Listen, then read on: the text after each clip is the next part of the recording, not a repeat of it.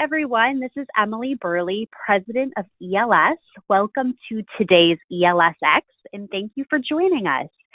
ELS is a community that brings together assistants supporting the world's most influential leaders. We are the creator of the ELS Forum, which is a unique event experience that brings together executive assistants just like you, where we cultivate professional development by providing a space for EAs to learn, connect, collaborate, and contribute solutions to their greatest challenges. EAs gain support, training, and inspiration from expert instructors and powerful peers, plus discover a renewed sense of passion and purpose and impact in their career. The ELS Forum is coming to over 20 cities across North America. To see if your city is on the list or to reserve your seat, visit elsforum.com. Today, I am thrilled to partner with Jillian Hufnagel. Jillian has been supporting executives for over 17 years across a myriad of industries, which has given her a unique vantage point as a coach. Having observed the dynamics of stellar teams and learning firsthand from teams that have effectiveness gaps, she can quickly assess where teams struggle and lean into providing guidance, coaching, and strategic support. Her approach starts with accountability with her clients, team effectiveness, and then second, the broader organization and influence. Hello and welcome, Jillian.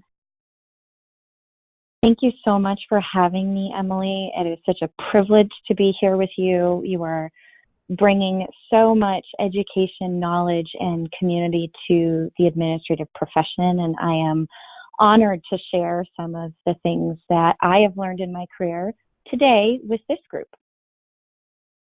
Oh, thank you, Jillian. I'm so glad that you're here. It's always a pleasure working with you. But today, Jillian is going to be specifically discussing goal frameworks and best practices for EAs. There will be an opportunity to get your questions answered. So please submit your questions at any time via the questions tab on your toolbar, which is typically on the right-hand side of your screen. But as Jillian and I just discovered, it could be on the left-hand side of your screen too. You can also go ahead and download a copy of Jillian's slides, which are under the handout tab. And a recording of today's webinar and a certificate of attendance will be emailed to you tomorrow.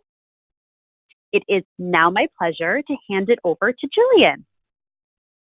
Awesome. Let's dive in, everybody. So we're going to cover a lot today. We're going to toggle between some really high-level strategic concepts around goal framework. And then we're also going to dive deep into what does that mean for you? How do you use OKRs? How do you use MBOs? How do you write goals that are aligned with the mission, vision, and values of your organization? And you're going to walk away with some pretty strong tools for talking about the work that you do, how it aligns to the business, and also understanding a lot of the underlying metrics and language that your leaders are using when they're talking about the business. We're going to dive right in. Before we dive in, one of the things I like to do is in my career, I've been in the room with some of the smartest people around, and I like to use analogies. So if there's something in front of me that I don't understand the concept of, I say, give me a real world analogy. So before we dive in, I'm going to use a real world analogy for KPIs, objectives, and key results. Let's say we're going to take a road trip as a family or a group of friends. Our objective for the year is in 2020, we want to explore all of the U.S. national parks. And that's a pretty big goal, right? It's a little scary. It's maybe a little bold. It's going to be challenging for us to explore all of the U.S. national parks in 2020. So what we're going to do is we're going to take that big objective, that big goal, and we're going to break it down into some key results each quarter. So a key result might look like we're going to visit 6 national parks in September. That's one way to break down a large-scale objective into a short-term result. The metrics or the KPIs that need to be in place in order for us to have a good trip are the things that fit on that dashboard of the car. We need to have gas We need to make sure we have coolant. Our tires need to be blown up. We need to make sure that all of those things are happening so that when we get in that car, it's already operational and we know that we have a good forecast that we're going to get out on that road and have a good time. That's important to think about also. What are the individual components and goals that each of us are going to have as a member of the car ride? Someone's going to have to book our campgrounds. Maybe Aunt Susan is going to make sure that she reviews all the weather conditions. We might ask our significant other to make sure that the inspection sticker is valid. We should hopefully have a spare tire. So this is a real world example of how metrics, objectives, key results, and MBOs all work together in our cross-country trip. So keep that in mind as we're walking through the webinar today when you're thinking about how do I tie this back to a real world example, not just in business. So let's start with what are the objectives and key results. In business, the objective is what you want to achieve. Like driving cross country to see all of those U.S. national parks, it should be kind of big, kind of scary. It should be thematic, right? It should be something that inspires others to move forward. Objectives are typically set annually and revisited quarterly, and they have a set of key results that support them. So typically an organization that sets an objective for the year, they will have no more than 4 to 5. And then in addition to that, they're going to have key results every quarter, no more than 5 ideally, that support each objective. This is how we're going to achieve that result. How are we going to get across country to see all those national parks? It has to be something that we can measure. So in September, when we want to visit 6 national parks, we can measure that. In September, we either visited 6 or we didn't. Maybe we only saw 4. So it's very qualitative and measurable, and it's specific. You can measure it with a value, like a dollar sign, a percentage, a number, etc. This is how OKRs are looked at in a business sense. Now, here are the definitions, and I'm not going to read these to you, but what I want you to understand is what is the history behind the terminology that we're using today. So if we're looking at management by objectives, those were actually introduced into a goal framework all the way back in the 50s by Peter Drucker. If you've never read any of Peter's writings, I would highly recommend it. He has a lot of good publications that help you understand how management by objectives set the foundation for what we know today to be objectives and key results. Because of the work that Peter Drucker did, helping people tie individual performance to objectives within the organization, then comes in Andy Grove in the late 60s to introduce OKRs into the business world. So now we have our personal connection to the business through our MBOs. We have our OKRs, which tie to the business results, which are set annually and reviewed quarterly. And in addition to that, on a regular basis, we have our key performance indicators. We can't get in our car and drive anywhere if there's no gas. These are the terms that we're going to be using today. Now let's look at what that looks like from an annual timeline and further within a business. Our individual work happens quarterly. It happens daily. Our daily work should tie into the key results of our team, our department, and our organization quarterly. Annually, it should tie into the objectives of the business. And long-term, that 3 to 5 year business mission and vision needs to be in mind when we're looking at how this all cascades up and down the organization. One thing that I want to assign to you as a homework assignment right now, as a strategic administrative professional, you need to eat, sleep, and breathe the mission and vision of your organization. If you cannot recite your business mission, that's your first homework assignment for today. You need to go get that mission, dust it off, understand what it is, and be able to tie it back into the work that you're doing every day. This is how OKRs and MBOs work in concert in an organization across an annual plan and also that long-term 3 to 5 strategic plan within your business. In order for you to know what to do for your individual work, you have to be able to understand what's going on quarterly, annually, and long-term within your business. Now let's look at what some of the things are that we'll see if we are observing or supporting our leaders in a meeting. KPIs and metrics that they will be talking about happen on that left column. They're going to be talking about things like revenue. You'll hear things like total contract value, annual contract value, annual recurring revenue. You will hear terms like churn and contraction with our customers. You might hear CAC, which is our customer acquisition cost. Those are the KPIs and metrics, like the dashboard in the car that your leaders are looking at all the time. This is where your leaders are pulling up their dashboards for Salesforce, their dashboards for Marketo, some of their data on their customers, like your NPS scores. That happens regularly. Your leaders and your team should always have those metrics at their fingertips to know that the vehicle can run and it is moving in the right direction. Some objectives that you might hear from your organizations for an annual goal would be a certain amount of percentage of growth that they want to achieve year over year. Fast-paced organizations are typically achieving a lot of growth year over year.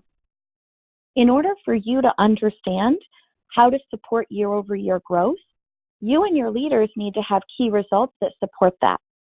So I'm not going to read all of these to you, but what I want to make sure you understand is how these things tie together. So let me use the example in the middle of maintain leadership position in the market. Some of your organizations may be leaders in your verticals or your industries. Some of you may be seeking a leadership position in your verticals or industries. When you look over at the key result, we have an example here that we're going to conduct 3 analyst briefings and publish 5 customer case studies. You've probably seen goals like this on your leaders or your team's goal sheets. The thing I want to call out here, and this is what's going to take you from an observer to a strategic partner as an administrative professional, that is not an outcome. That is an output. Let me take you through that for a second. So great, we have an output. We've conducted 3 analyst briefings. What is the actual business outcome that results from those briefings? So you're sitting in a meeting and you're observing a leader or a team trying to come to a conclusion of how do I write a good key result? Ask them, what's the business outcome? The way it should look is take the leader spot in the next Gartner Magic Quadrant. And beneath that, there's a cross-functional work stream that's going to be ensuring that the briefings are conducted. And they're going to review the data from the case study.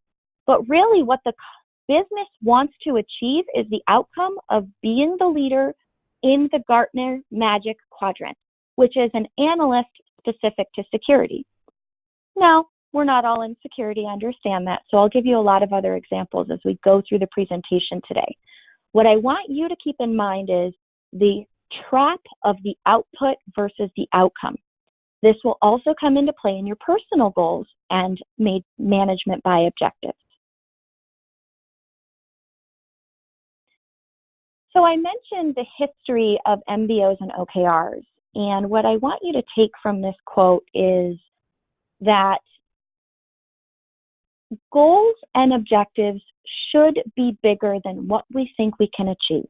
Because when we aim for the stars, we may come up short, but still reach the moon. And so John Doerr wrote a book, Measure What Matters.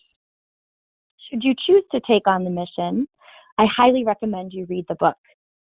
It is an excellent way to understand how businesses measure quantifiably and quantitatively what they are achieving. It also gives you a platform to have deeper dialogue with your leaders and your teams when you're supporting their goal frameworks. The other thing that's important to understand is that when you are working with objectives and key results, a good way to write them is using the SMART framework. They should be specific, they should be measurable, they should be attainable, realistic, and time-bound. What you're going to take away from today's presentation is something that's critically important, and this is how you really move the needle for your leaders and teams. is that if your organization currently uses OKRs or intends to, there are two very specific schools of thought on how to score and measure them. There's the 100% achievement and the aspirational achievement of 70% or better. What I mean by that, and here's how it would play out in a real world scenario in your organization. Let's say Susan runs a team of sales individuals and they're achieving 100% of their quotas. They're achieving 100% of their goals. Whereas John runs a team of marketing professionals and they're only achieving 70%, but they're getting 100% achievement based on the fact that John believes in the aspirational 70%, while the other team believes in the 100% achievement as being done, being good, being excellent, being complete. This is an opportunity for you to get curious with your leader and say, do we have alignment with how we believe as an organization we aspire to complete our work, measure our work, and hold our teams accountable to our work? It's also very important when you're thinking about how you're writing your own key results and your own MBOs, how you're scoring yourself and how your leader approaches scoring. Do you agree with the 70% aspirational and we know we're not always going to achieve and that's still awesome? Or do we really want to strive for that 100%?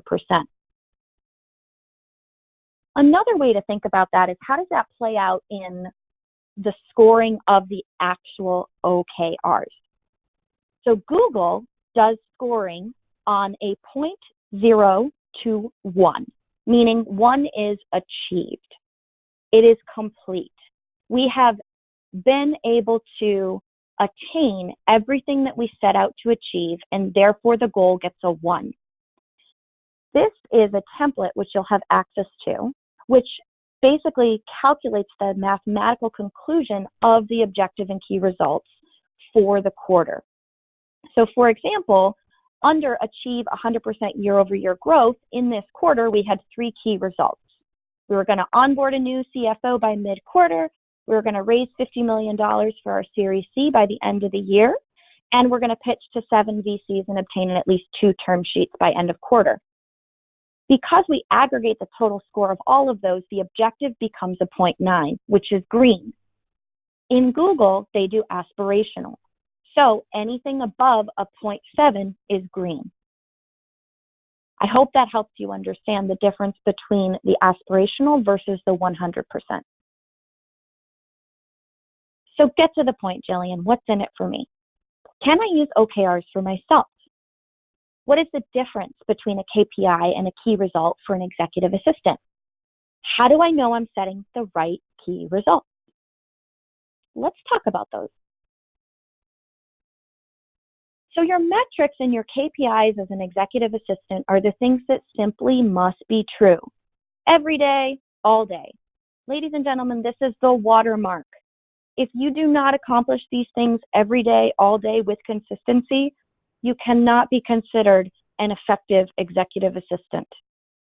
Your calendar has to be flowing. Your leader absolutely has to be prepared for meetings. Under no circumstances should your leader ever walk into a room that is not scheduled for his or her meeting. Should they never have to look for a dial-in? These are the things that must be true. Those are your metrics. That's your dashboard. You do not get into your car and ask your leader to drive anywhere unless those things are true. There's plenty of other things we can put on this list, but these were the first that came to mind for me. And I'm sure many of you are nodding your heads thinking, well, yeah, I already do that. I crush those things every single day. So let's move on. What about an annual goal for you? An objective that you can set for yourself? We're going to look at all of those beautiful national parks, right? This is a long-term goal. It's the whole year. What if you were to say, I want to gain a deeper understanding of my leader's administrative support needs so that I can build a strategic partnership with my leader in 2020? This is a very lofty goal because it assumes that your leader is participatory in it. It's going to require a significant amount of effort from you to track, to drive, to steer, and to insist that your leader plays a part as your partner in this annual goal. Let me help you break it down a little bit. This is what it could look like quarterly as a key result or an MBO. One thing you could do this quarter is that you could actually give your leader a survey. That survey could ask questions about the specific support you're providing to your leader so that you can identify opportunities for improvement and change in this quarter. That is very smart. It is very specific. It's very measurable. What are the opportunities for improvement and change in this quarter? That's attainable. I'm only going to bite off a couple things for this quarter because I still have to be responsible for my dashboard running every single day. And your annual objectives and your quarterly key results or MBOs are above and beyond your day-to-day metrics. Another thing you might want to do, and this would really get your leader to turn his or her head, is you reference the fact that there's a Harvard Business Review article called The Leader's Calendar. And you tell your leader, I'm going to conduct an efficiency evaluation of your calendar using that Harvard Business Review template. I'm going to do that in Q1. And then in Q2, you and I are going to sit down and we're going to jointly discuss and agree upon the improvements for your calendar in Q2. Your leader is going to respect you because you are doing the work to understand what are strategic ways to support his or her efficiency. You're referencing a reputable publication like Harvard Business Review. You are telling them what you intend to do, you are doing it, and you are tracking it. That's how you can look at OKRs for yourself as an EA. Now let's talk a little bit about what does it look like to use MBOs as an executive assistant. So MBOs are management by objective. And we're going to talk a little bit about what is the difference between a key result and an MBO. And we're going to understand whether or not we're setting the right MBOs as an executive assistant. So let's look at these two versions. KPIs and objectives and key results are a shared business result. They show up on dashboards. There is transparency and visibility across the organization. These are the types of things that multiple teams and functions and departments are using to share visibility on a regular basis. Management by objectives are typically, and I'm going to touch on that, typically private individual results. They are most commonly tied with your performance review. They most commonly are not shared results. The caveat to that is there are times where I have seen, and I personally have shared my results with others in my organization, and a couple reasons why that's a good idea. I'll give you an example. In my time as Chief of Staff at Duo Security, I had the pleasure of having a team of EAs that I was charged with helping them move forward, not only in the business, but in their careers. And so I had my own MBOs supporting the CEO, but I also had MBOs about helping that function of administrative professionals move forward. So I shared my MBOs with the entire leadership team as well as the EA team. This helped me drive alignment and visibility into the work that I was doing to bring the function forward. This also helped them understand as individuals how they were going to structure their MBOs based on the work that I was doing above them to bring the function forward. It also gave a shared sense of accomplishment when we as a team collectively were hitting our key results as well as our individual MBOs. Visibility is something that needs to be specific to your organization. So if you don't currently have shared MBOs, but you're seeking that, I encourage you to have a dialogue with your leader. Next, because these are individual goals for you, you should be writing them. you should start drafting them. Then you need to sit down with your leader and you need to have a dialogue around whether or not these are the right objectives and key results for you. As an individual, these are your MBOs. So if there's a large-scale initiative in the business, how does that tie back to you as an individual and the work that you're going to be doing? These should typically be reviewed and scored quarterly. They should not be something that you dust off a shelf or you scramble to do at the end of the year. They should not only be discussed during your annual review. These are things that you should be tracking on a spreadsheet or hopefully in some type of HRMS portal that actually supports performance management. When you're having regular touch points on your performance with your leader, you know that you are on the right track. When you're not on the right track, you're able to have healthy dialogue around roadblocks. You're able to call out gaps in resourcing, and you're able to steer the ship together when you aren't going to achieve what you've set out to do. Another thing that's really interesting about MBOs is that they can also help you have a significant amount of personal connection to the work that you do by being compensated.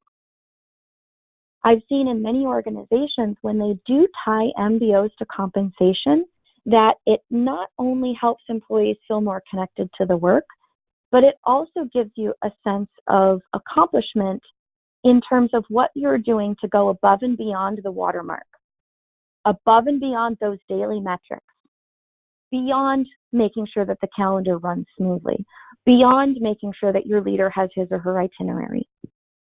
What are you doing to move the needle to make sure that your organization is set up for success?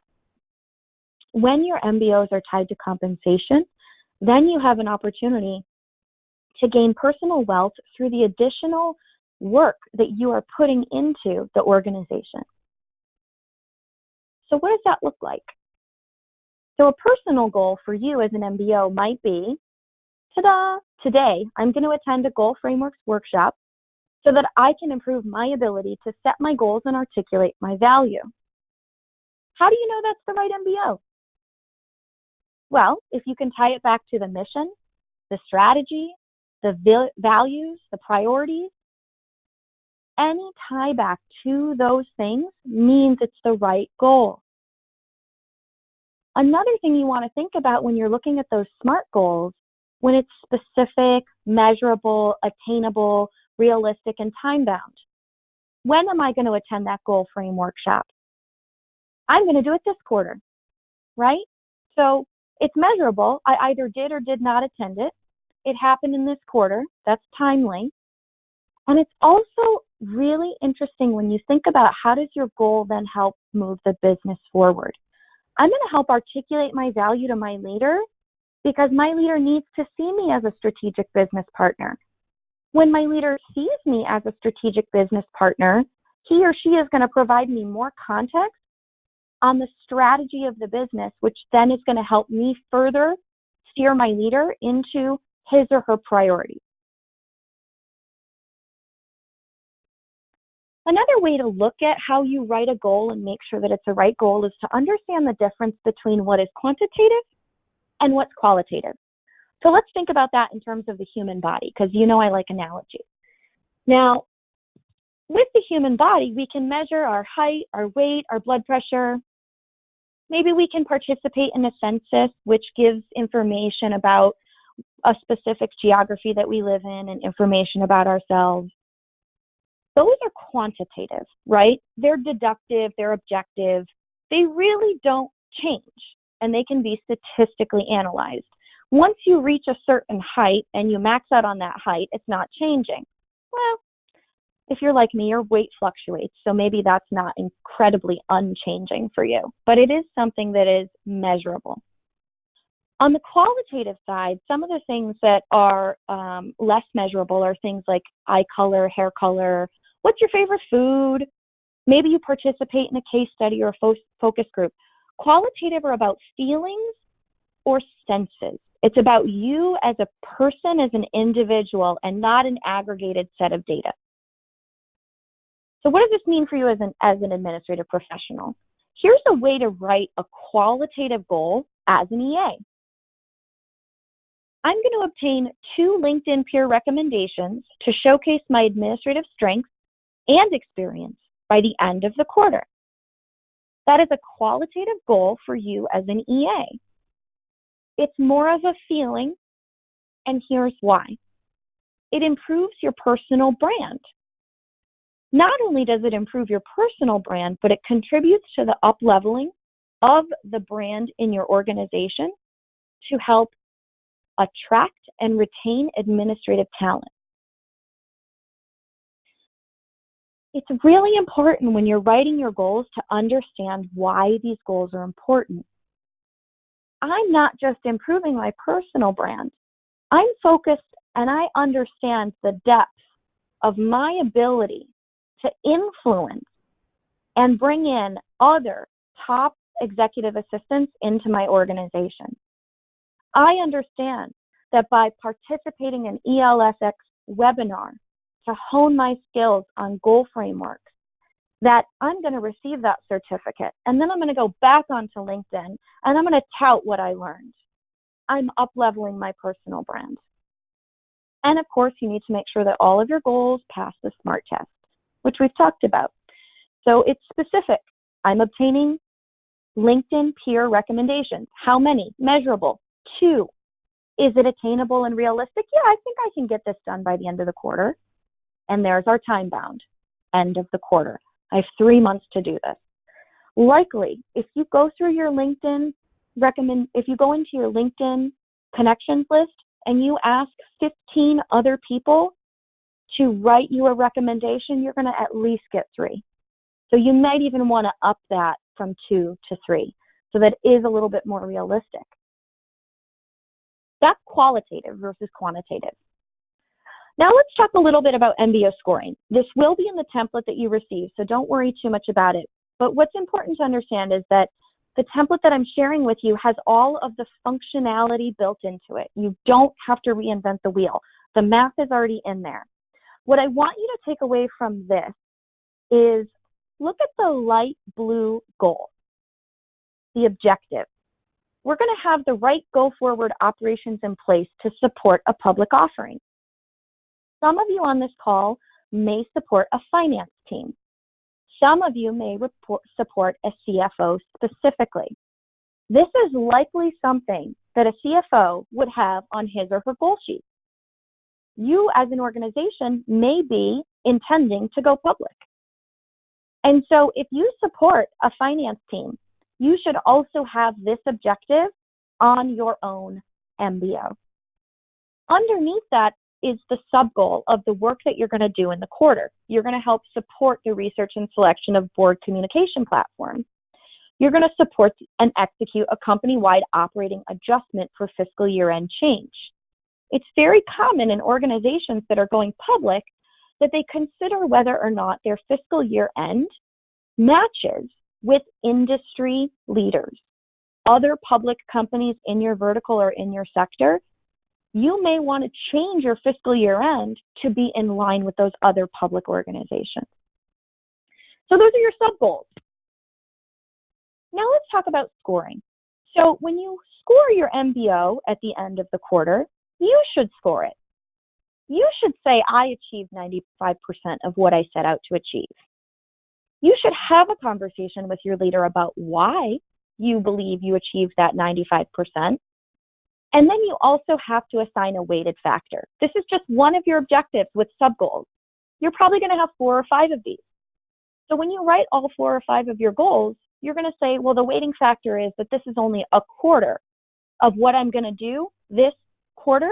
It's only 25% above and beyond my basic KPIs. Then I'm going to have a couple other goals. And what's going to happen is at the end of the quarter, when you aggregate that and you assign your weighted average to it, and again, it's all in the spreadsheet, friends. You don't have to do the math. It turns out to money. If you are in a position where you have an annual bonus, let's say that's 20% of your salary is your annual bonus. Quarterly, you can achieve up to 100% of that, which is $6,000. Well, you've done the work to write your goals. You've done the work to get alignment with your leader. You've done the work to track your goals and score them, and you achieved 98%. That's going to hit your paycheck, friends.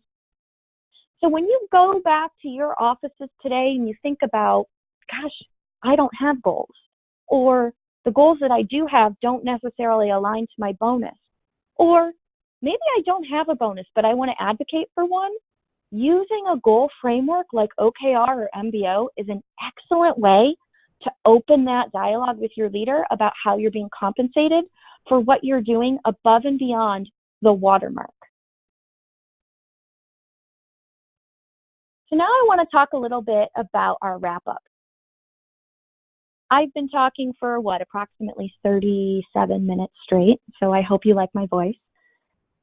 I want you to think about what you're going to articulate to your leader when you walk away from today's webinar. They're going to say, oh, what'd you learn?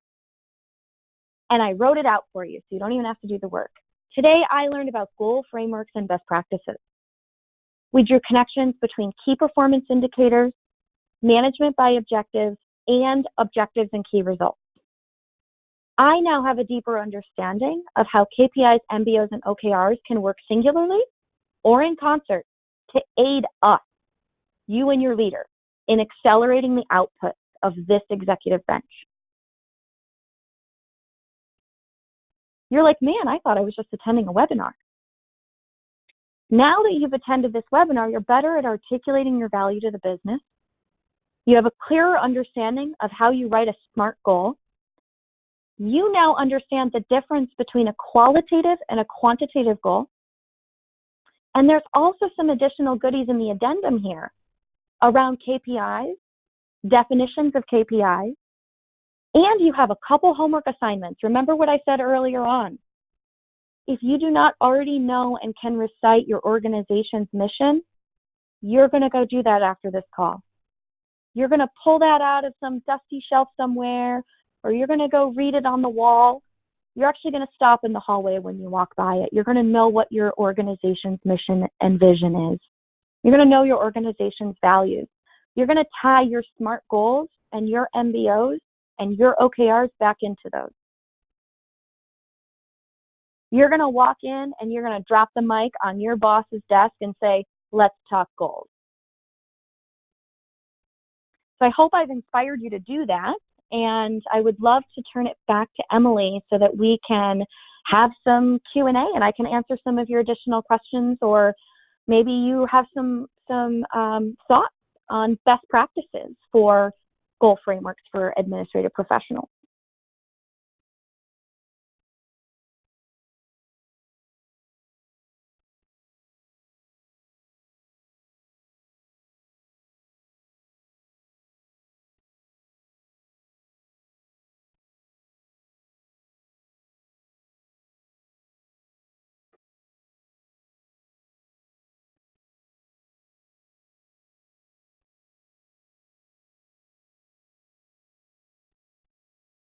Emily, do I have you? Yes, Jillian, thank you. Sorry, we had a technical difficulty for a moment. Oh, that's okay. It always happens, right? That's why we have executive assistants. Jillian, are you ready for your questions? I am, absolutely. Perfect. So before we jump into questions, I wanted to go through a few quick reminders. I've gotten a lot of questions about the handout. So just as a reminder, you can download the handout via the toolbar on your screen. So go ahead and you can go ahead and download a copy of that handout on the toolbar, and make sure you do that before we end the webinar today. And the next thing is that a certificate of attendance and a recording will be sent through to you tomorrow. So I know there was a lot of amazing information here that Jillian presented, and you will be able to listen back in and kind of save this presentation for your records, and you can reference it later on. And it's also posted on our blog as well, so you can also recommend that.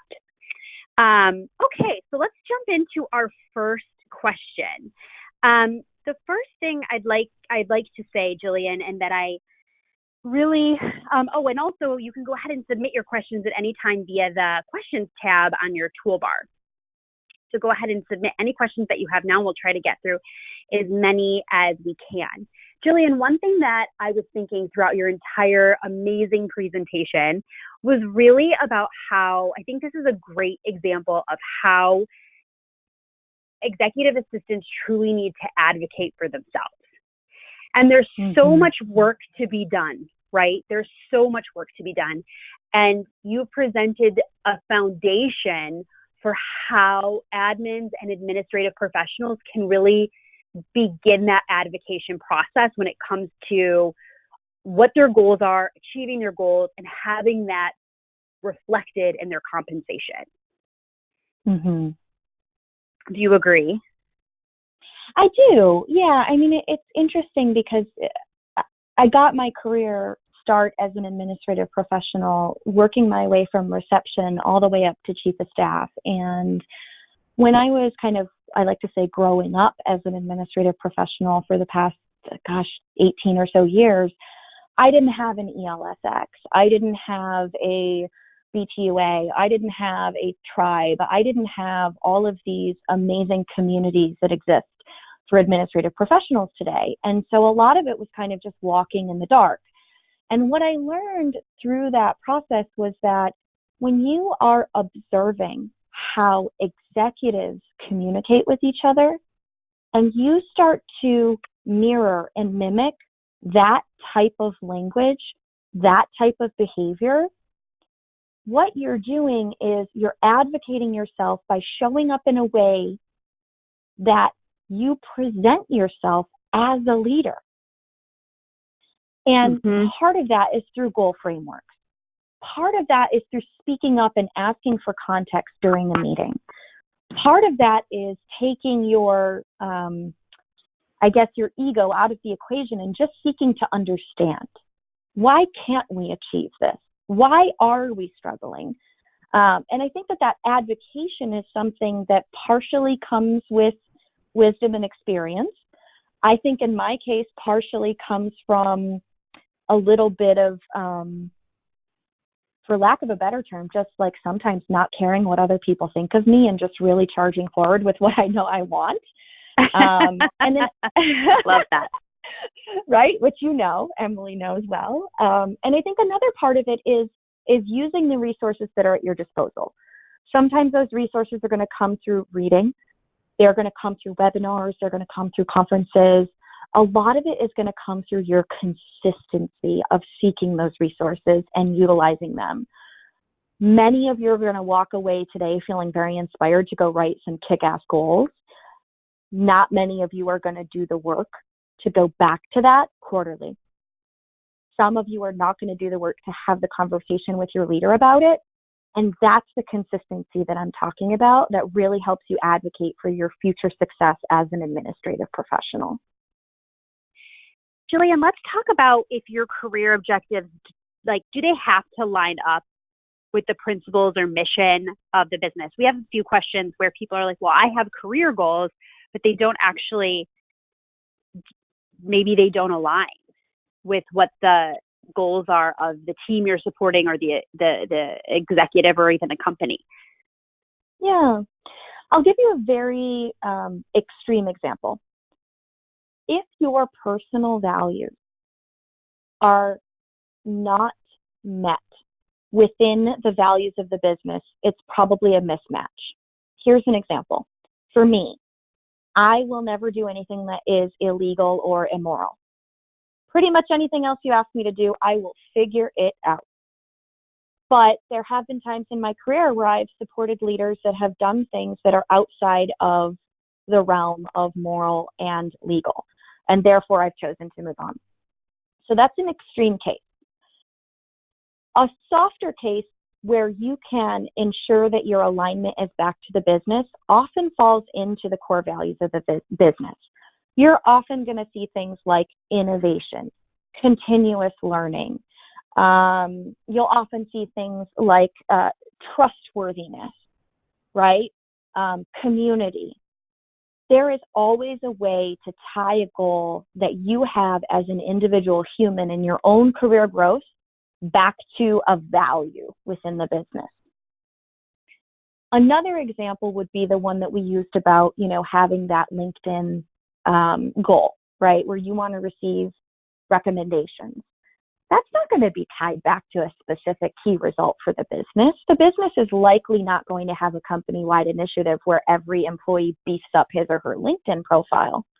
But what it does tie back to is improving the brand of the organization through social media. Many of your organizations probably have goals around how your brand represents itself to the world. And so you can tie that back in. If you find yourself in a situation where you can literally not tie any correlation between your professional goals and the team or the business that you're supporting, maybe send me an email and I can help you work through that, because that's a challenge that I think can be solved. Jillian, I have another question here that I think is a really good one. Do you recommend setting your own SMART goals to help with your boss's personal growth rather than completely setting your own? Sure. I don't think how do you navigate that? Because okay. I like to use the word divorced. I don't think those two things need to be divorced, right? So let's say, and many of us have supported leaders who struggle with effective communication. Others struggle to understand what they actually want us to do because maybe they are super creative or super innovative, or they can see 10 years down the road. And so they struggle to communicate effectively what it is that they want you to do today. You could have a goal as an administrative professional around improving your ability to provide context to the organization based on your leader's goals and initiatives. This is going to be a hard goal for you to achieve because you do need to do the work to get the context out of your leader. Then you need to do the work to reframe it in a way that it's digestible to others in the organization. Your leader may be saying something is going to happen 10 years from now. You're going to do the work to sit down with your leader and say, I appreciate your vision. It's awesome. You know that I excel in tactics. I excel in next steps. I excel in operationalizing your vision. Now, what I'm hearing from you is you want this. What if we were to do these three things next? Would that put us on the path to achieving it? This is a goal for you to improve your ability to articulate your leader's vision to the organization. That's a very strategic goal. Say that again. Say that again, Jillian, because that was everything right there. Sure. This is a very strategic goal. You're going to set forward a goal to better articulate your leader's vision to the organization. That touches on communication. It touches on emotional quotient and your ability to communicate with a variety of perspectives. It touches on the strategy of the business. Every business has a mission and a vision. And you are next to your leader, supporting him or her day in and day out. You know them better than anyone. You also have the ability to gain their trust, to help them change the way they deliver their message so that it's heard by all and not by some. You know, Jillian, loving everything that you're saying, so powerful. Getting a lot of messages from people who are saying, this is amazing, I want to do this, I feel empowered, but my executive doesn't view me as a partner. My executive won't make time for me to have this conversation. How do you get started? Like, what's step one of going from being, the basic admin to leveling up? What's the initial step in conversation look like? Sure. I think it depends on your leader. I've worked with some pretty challenging ones over the years. I actually might have a friend on this call who's nodding her head right now because she and I supported the same leader. I had a leader who really he wouldn't make time for me. He simply wouldn't. He would miss our one-on-ones. He would blow them off. And what I found was that I had to be very specific about the time that I got with that leader. So I had to adjust my operating mode to get that time. With this particular leader, if I wanted to talk about the things that I wanted to achieve, I had to call him and wake him up in the morning. Some of you are rolling your eyes and saying, heck no, I'm not doing that. Well, for me, that's what I needed to do to get that one-on-one time with that leader. I called him every single morning to make sure he was getting up. And as he was getting up, I ran through my list of things that I needed from him to be successful. Some of those were tactical and operational for the day. Some of them were around the goals that I was trying to achieve and roadblocks that I was experiencing.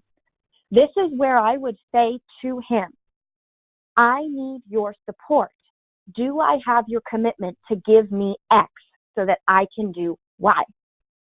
When you start to have those dialogues with your leader, they will not overnight automatically look at you as a strategic business partner. This takes time. Nobody gets skinny going to the gym one day. It just doesn't happen, friends, right? So you have to think about this as, what are the small ways in which I can influence this leader, and how do I aggregate those over time to make that bigger impact? There will be times in your career where you come across a leader that you do not have the capacity to influence at this moment. They are not in a place in their career development where they are ready to have a strategic partner. Those are also things that can be solved. You can request to support another leader. You can move on to another organization. The market is super hot right now for administrative professionals. And the more that we all collectively show up as strategic partners, the water level raises for all of us. Great stuff, Jillian. Let's switch gears here and talk a little bit about chief of staff. So let's say you are a senior level executive assistant. You have a good relationship, or you have a working relationship. You're on that road to being a strategic business partner, and you are looking ahead at, like, is the chief of staff, is the executive business partner my next step, my next career step? Can these goals be applied? Can SMART objectives and SMART goals be applied to those roles as well? And how does that help us get there? Absolutely. Yeah. I think in my last role, I spent probably 70% of my time supporting the objectives and key results for the whole organization. I was the OKR czar, I guess is how you could say it. All of the objectives and key results flowed in and out of me. I was very lucky that we did have a tool that we got to use for that, which was amazing. So if any of you are using OKRs or intend to use OKRs, I cannot recommend the tool Workboard enough. It is an amazing tool that helps you as an individual get out of spreadsheets and focus on business outcomes. What I would say when you're thinking about... Can you say that again, Jillian? I know I'm going to get a lot of questions from that. Workboard? Yeah, Workboard. Yes, it's WORKBOARD.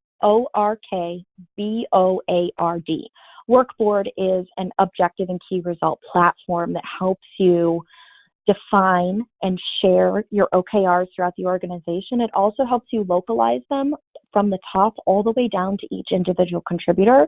And it has the power of connecting individual achievement all the way back up to the business goals. So instead of managing it through the spreadsheet, which you're going to get access to from today, which is literally kind of like the most basic way of doing OKRs, there are other tools out there that are software that help you manage it. So beyond the software, let's think about the transition from EA to chief of staff. I see in many organizations that senior executive assistants who have that partnership with their leaders are having the dialogues to say, am I ready for chief of staff? Do you need a chief of staff? What I can tell you in all of my experience and my research is that no two chiefs of staff are alike.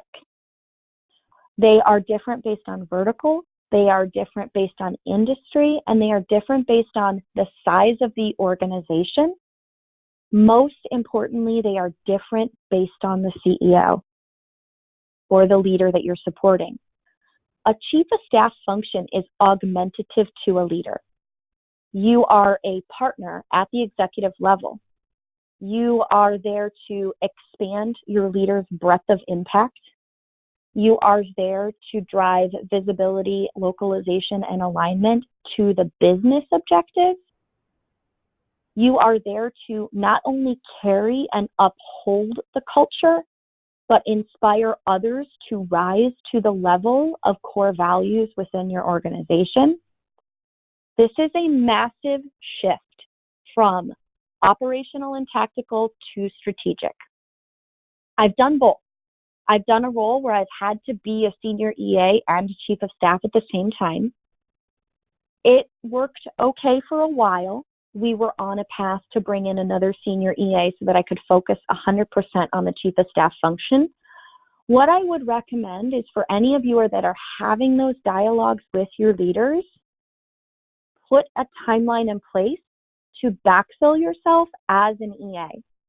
It is a different mind frame to go from operational and tactical into strategic.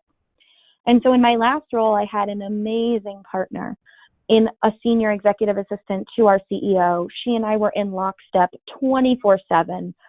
She was often telling me what I needed to do to be successful each day based on the context that she was getting from our CEO. So I don't think that the role can be straddled as both for too long with any individual being highly successful.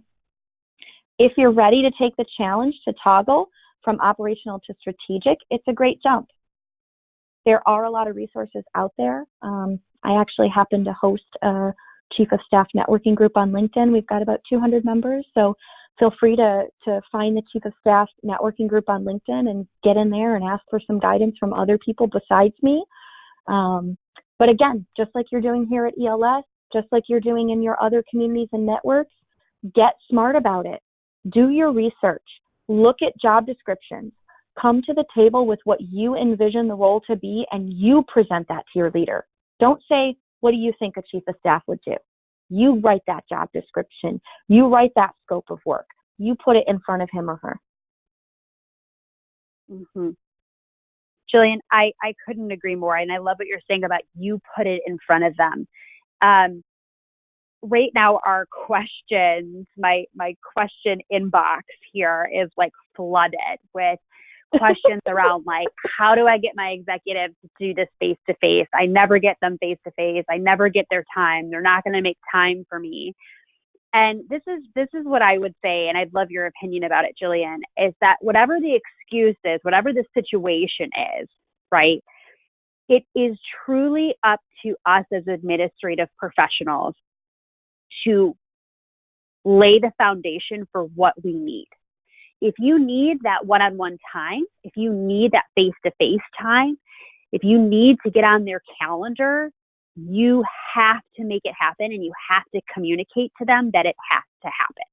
You have to advocate for yourself and stand up for yourself and communicate. Do not be afraid for asking to have these conversations and requesting, not only just requesting it, but making it an absolute necessity. You cannot get fired for asking to have these conversations. And frankly, like I don't know what else to say other than you have to make it a priority, and you need to let your executive know that it has to happen. It may not happen tomorrow, right? It may happen in a few months, but you need to set the date. You need to work towards that goal of that date and make it happen. Sure. Because if it absolutely isn't going to happen, and you've tried and you've tried and you've tried and you've tried again, then it just might not be the place for you. Do you agree? I do. I totally agree. There are those moments. I was on a coach training call, a webinar a couple weeks ago with 2,000 coaches from all over the world. And one of the things that they presented, which I really loved, and it helped me wrap my brain around some of the things that I've struggled with in my career, is they said, should a coach give advice? And the answer was maybe. It depends on what's being asked. Is it a question? Is it a problem? Or is it a mystery? So a lot of you on the call right now might be saying, should I quit my job? That's a mystery. I can't answer that for you. The problem that you're struggling with is getting one-on-one time with your leader. There are other tactics that you can deploy to get that one-on-one time with your leader. And I know that we're at the hour, so I want to be really respectful, Emily, of time. But what I could do, if it's helpful, is why don't we schedule another webinar specific to how to crush your one-on-one with your leader, how to own that time, how to advocate for yourself. How do you talk so your leader will listen, right? Everybody's heard of that book, How to Talk So Kids Will Listen, right?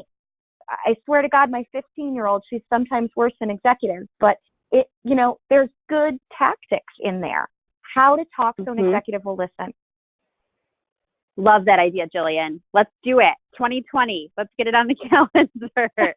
Because it is, you presented so many brilliant ideas today and so many takeaways. And I think everyone's feeling super inspired and super motivated. But there is that lingering question of like, okay, cool, I can do this, but how do I get the time? How do I get my executive time? So let's have another conversation about that as a follow-up to this. So I have the last question here for you, Jillian, the HBR template. Can you say that again for everybody so that we can go on and Google it or go to Harvard Business Review and pull it up? Yeah, so the article is The Leader's Calendar by Harvard Business Review. And then there is an executive coach, his name is Kirk Dando, D-A-N-D-O. He actually created a spreadsheet and a framework for analyzing the leader's time based off of that HBR article. And my super awesome senior executive assistant partner who I just referenced, she used that to analyze one of our CEO's time across his calendar and then strategically deploy him based on the 5 critical areas of growth that he wanted to achieve as a leader. So Harvard Business Review, the leader's calendar, Kirk Dando template. The template is free on his website. Thank you, Jillian. I would just love to express my gratitude to you once again for taking time out of your very busy schedule to speak with all of us in our ELS community today. Please join us, Jillian and I, where Jillian's actually going to be talking on December 5th about how you can own your annual review and articulate your accomplishments to drive your career development in that review. You can register for that or any of our upcoming forums at elsforum.com. As a reminder, go ahead and download those slides on the toolbar. Tomorrow, a certificate of attendance and the recording will be sent to you in your inbox. I hope you have enjoyed today's ELSX. A final thank you to everyone for joining us today and for participating. I hope you have a wonderful week and I wish you continued success.